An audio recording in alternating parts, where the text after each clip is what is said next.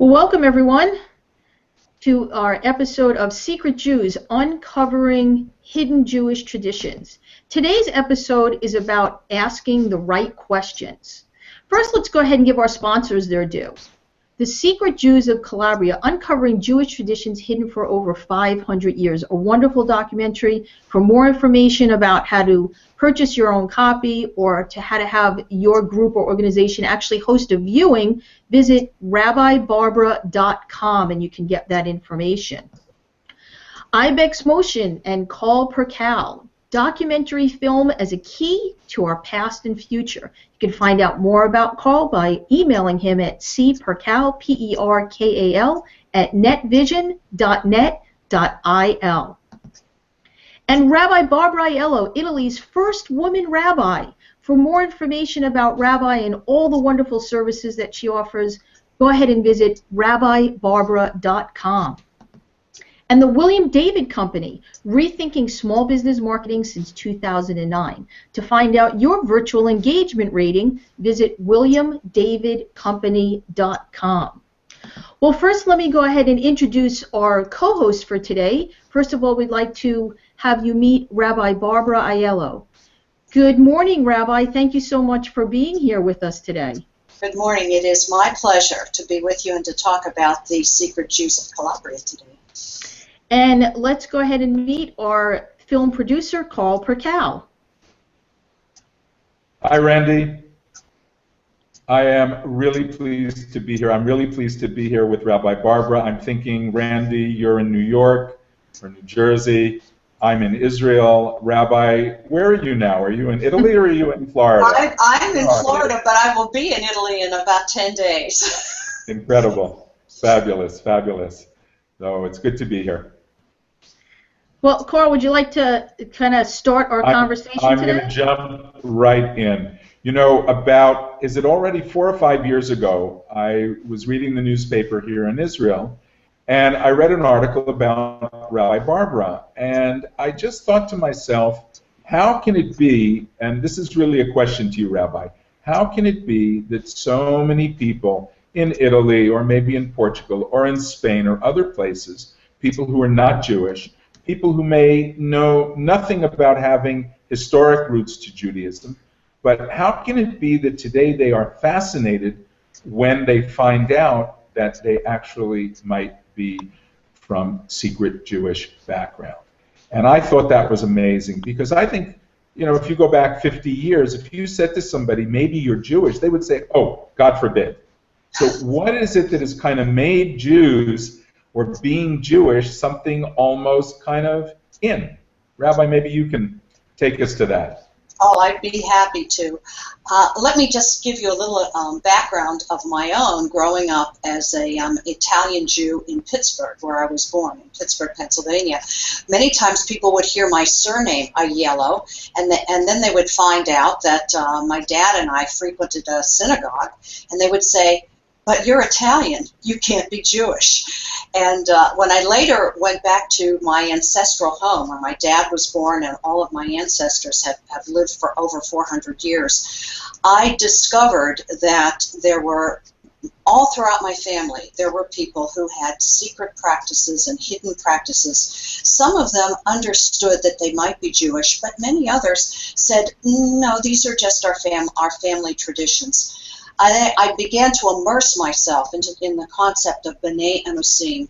B'nai Anosim is a Hebrew phrase that means children of the forced ones. And my background and the background of many Sicilians, Southern Italians, those who grew up in the Aeolian Islands, and then going back to Spain and Portugal, goes back to the time of the Inquisition, when Jews were forced, B'nai Anosim, children of those who were forced into Christian conversion and adult baptism. And as a result, if they wanted to maintain their Jewish traditions, they had to practice in secret.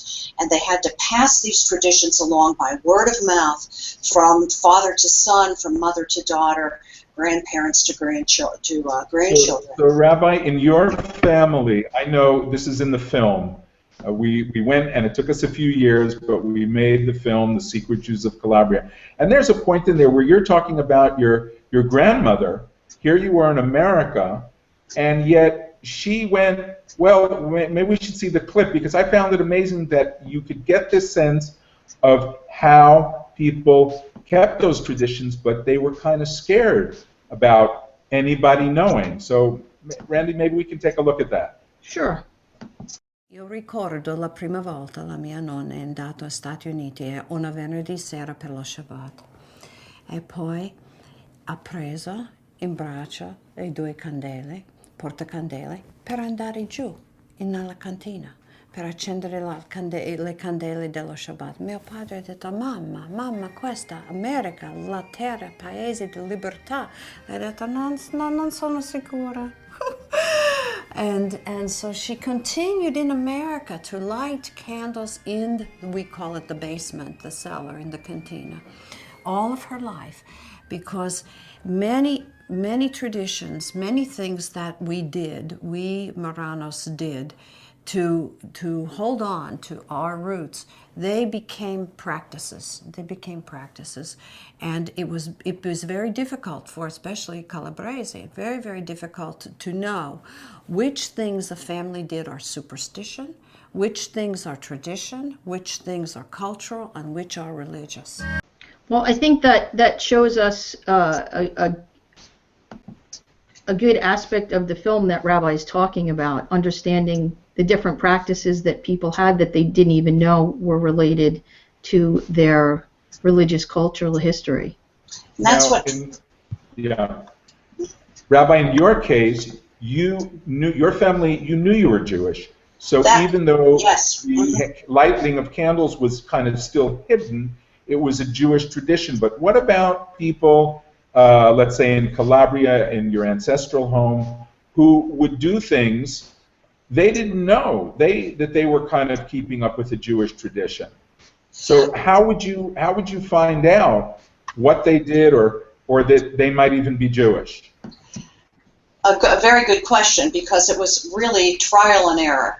And because my father brought my grandmother to the United States, we all had the opportunity to grow up Jewish because there was an active Jewish community, whereas in Calabria there was no active or public presence or organized Jewish experience for over 500 years. So I went back home to Serra Stretta, the little town where my father and my ancestors were from, a town founded by 5 Jewish families who were running from persecution. And I knew from the stories my father told and from what I had understood about the history of the town that back 400 and 500 years ago, everybody who settled there was Jewish, everybody. So I would go around town and I would say, "Do you think you're Jewish?" And people would say, "No, I don't think so." And then I realized I was asking the wrong question. What I needed to do was I needed to say, "Do you have any family traditions that seem unusual in terms of what other Southern Italians are doing?" And then I even became more specific. And I said, "How about when a baby is born?" "Oh, yes, when a baby is born, we put a red string in the crib," which of course goes back to the Kabbalah.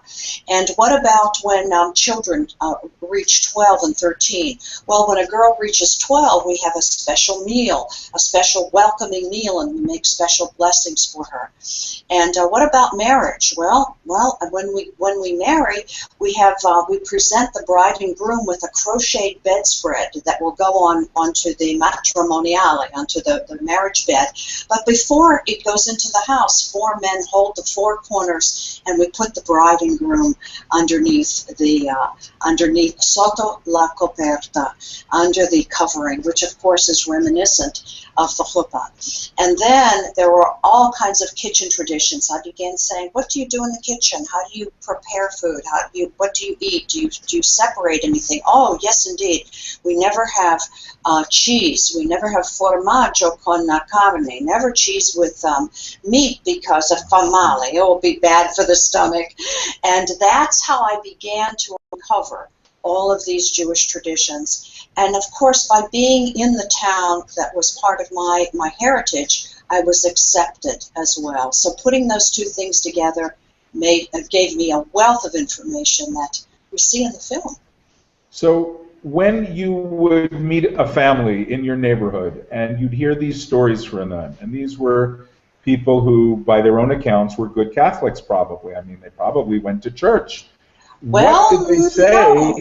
No, How did they react when you said, Rabbi, here you are, this American Italian, and you're telling them you're Jewish?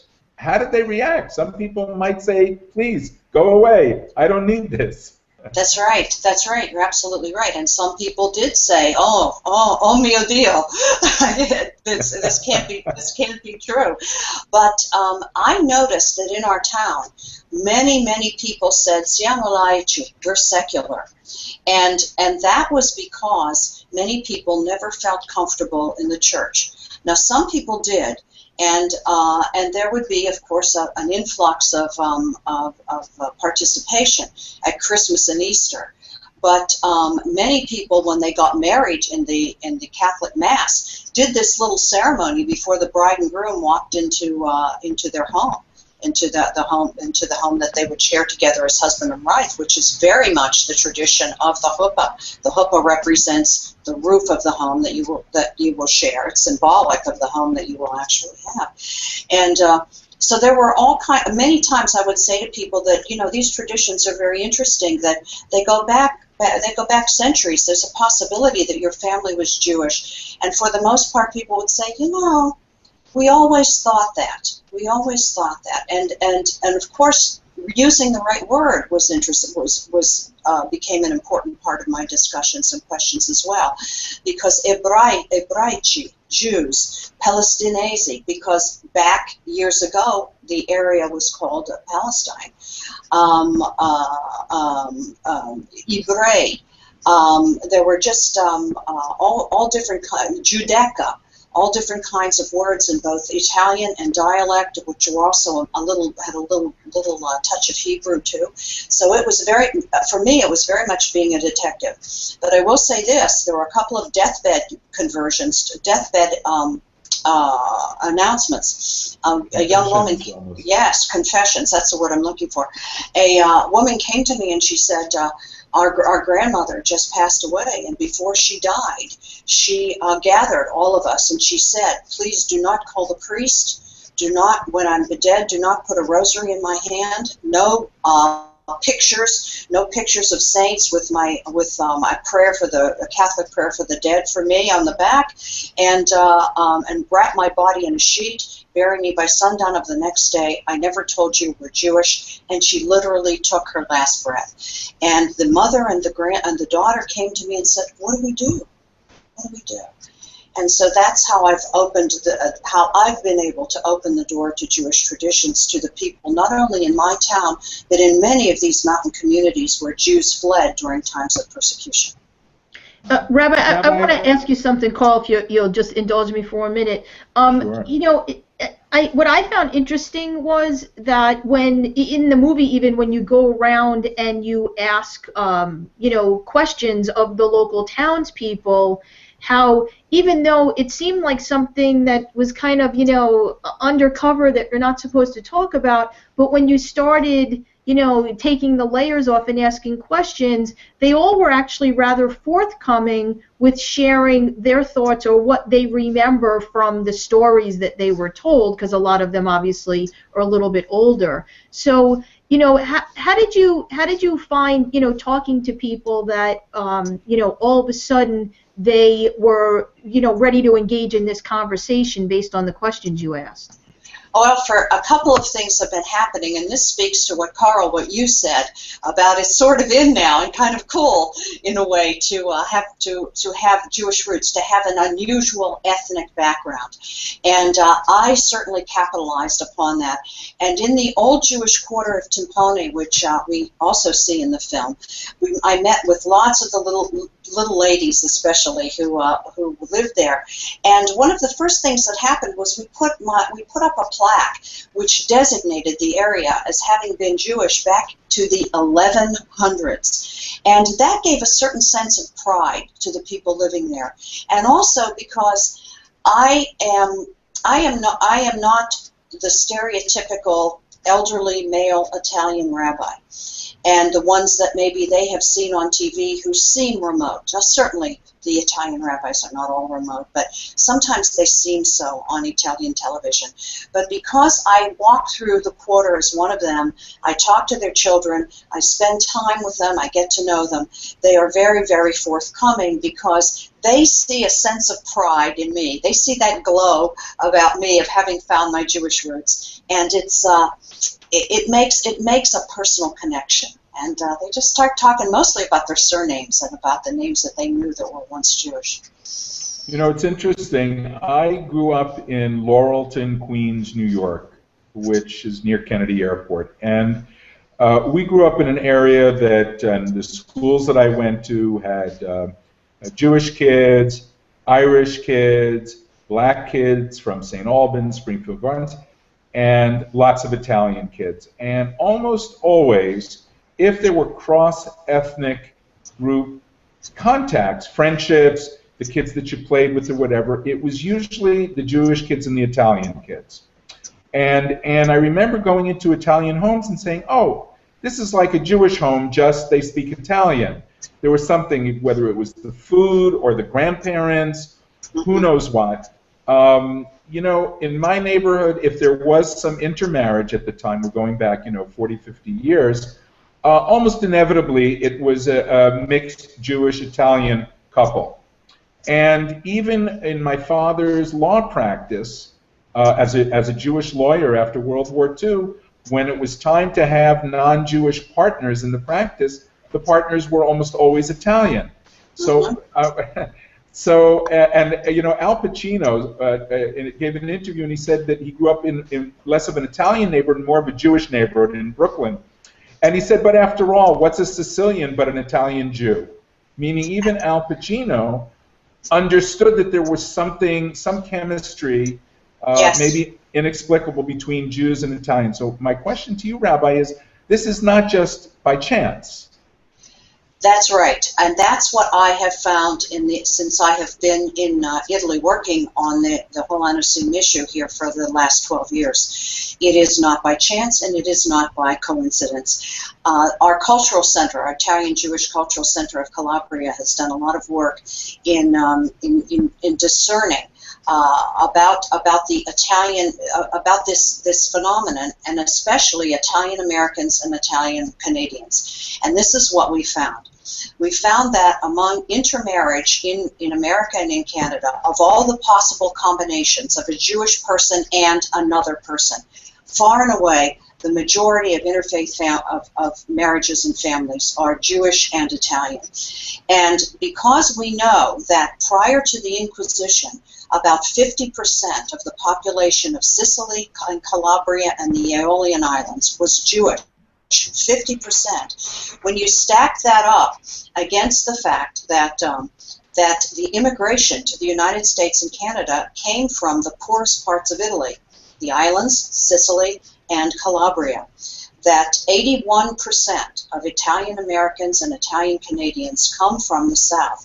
The chances of an Italian American, like the way you grew up, Carl, with and the way and the people in your father's practice, the Italians in your father's practice, the chances are very great, even arithmetically, mathematically, that these people that you grew up with, that Randy grew up with, that our listeners have grown up with, had originally were Jewish and had Jewish roots. Yep, very much so. You know, I'm going to reveal something. Now, I'm not an Italian Jew, Rabbi, but, and I think did your family speak Spanish, Ladino? My parents spoke Ladino to each other when they didn't want the kids to know what they were talking about. So my vocabulary consisted of sex and money. So my mother's side of the family came to America about 100 years ago from Salonika in Greece, and they were Sephardic Jews who had the tradition, not secret Jews, fully Jewish tradition going back to the Inquisition. And my grandfather came to America as a young man in about 1910, and by 1913 at Ellis Island, and I went onto the Ellis Island website, I found my great-grandfather, my great-grandmother, my great-uncle, and my grandfather's future wife all arrived in August of 1914 on a ship from I guess it was from Perez. So now here's the connection to the Italian side. So I always thought of them as having gone directly from Spain to what was then the Ottoman Empire to Salonika. Right. And then I was reading, and lo and behold, their family name was Capon.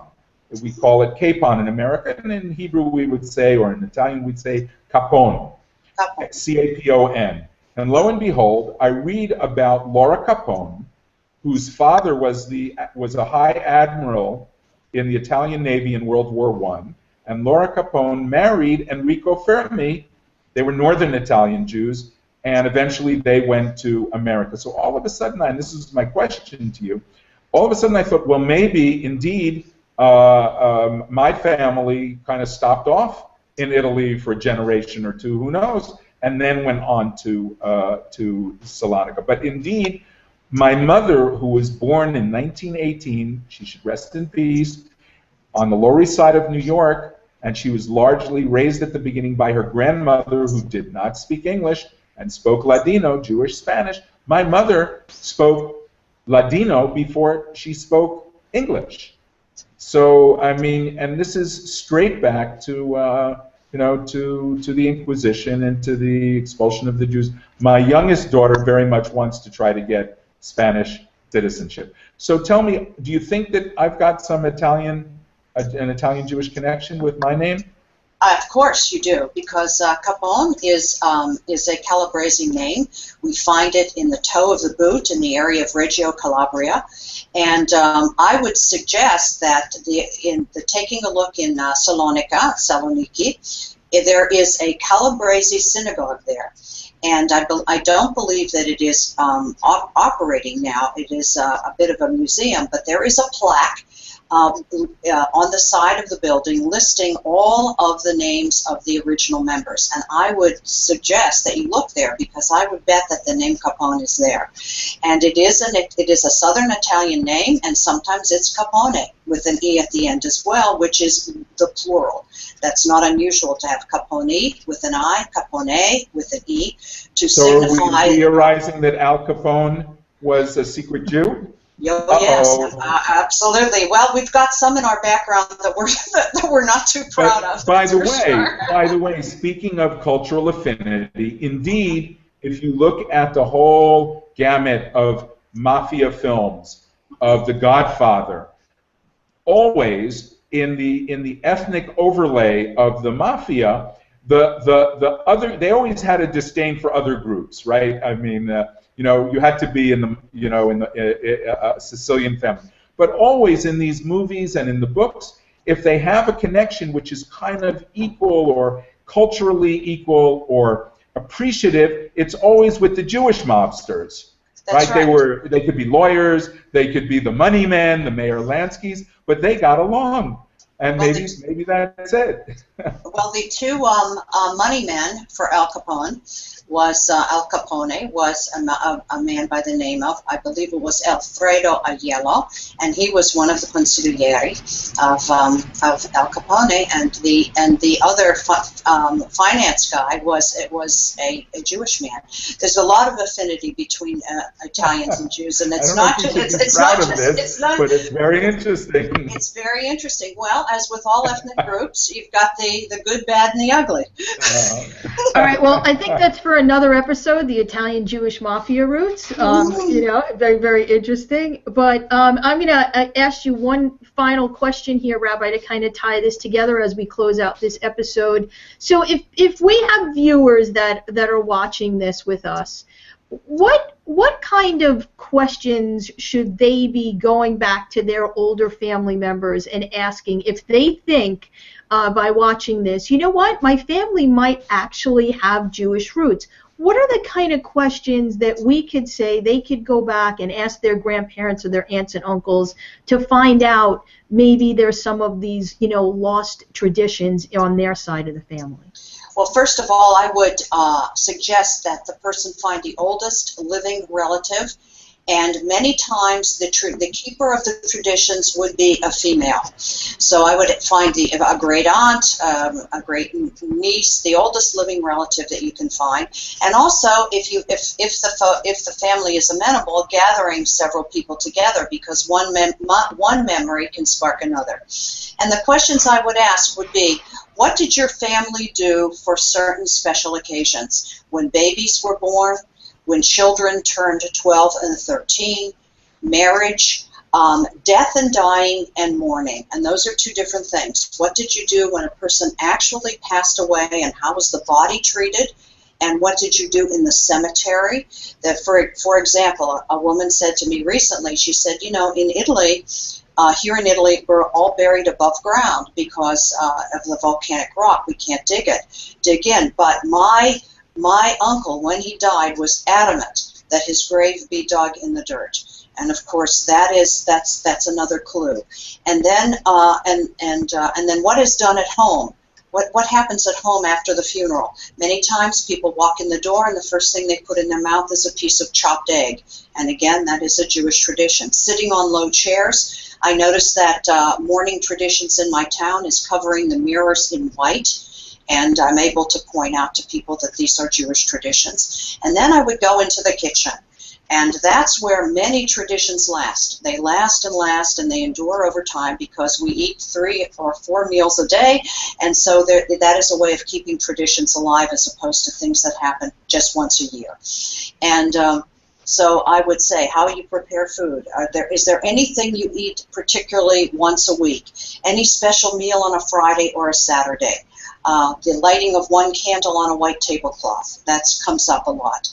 So those are some of the questions that I would encourage people to ask, and also to email me. I can send them a list as well and start asking about them, and then we can help them make these really important connections, not only to discover, but if they choose to embrace their Jewish roots. Well, if people want to see a little bit of the film without yet getting the whole DVD, I think, Randi, tell me if I'm right, but if they just do the Secret Jews of Calabria on YouTube, the trailer, the 14-minute trailer for the film will pop up, no?